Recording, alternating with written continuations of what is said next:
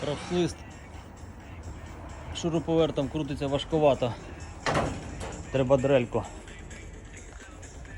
Тільки за дрелька їдемо. Поїдеш. Чи вам привезти? В Кручу поїдеш. Вези. Немає в машині шуруповерт? Немає вдома. Треба на швидшу скорость включати, мабуть, ні? Зараз швидкість. Блять, виключи нахуй.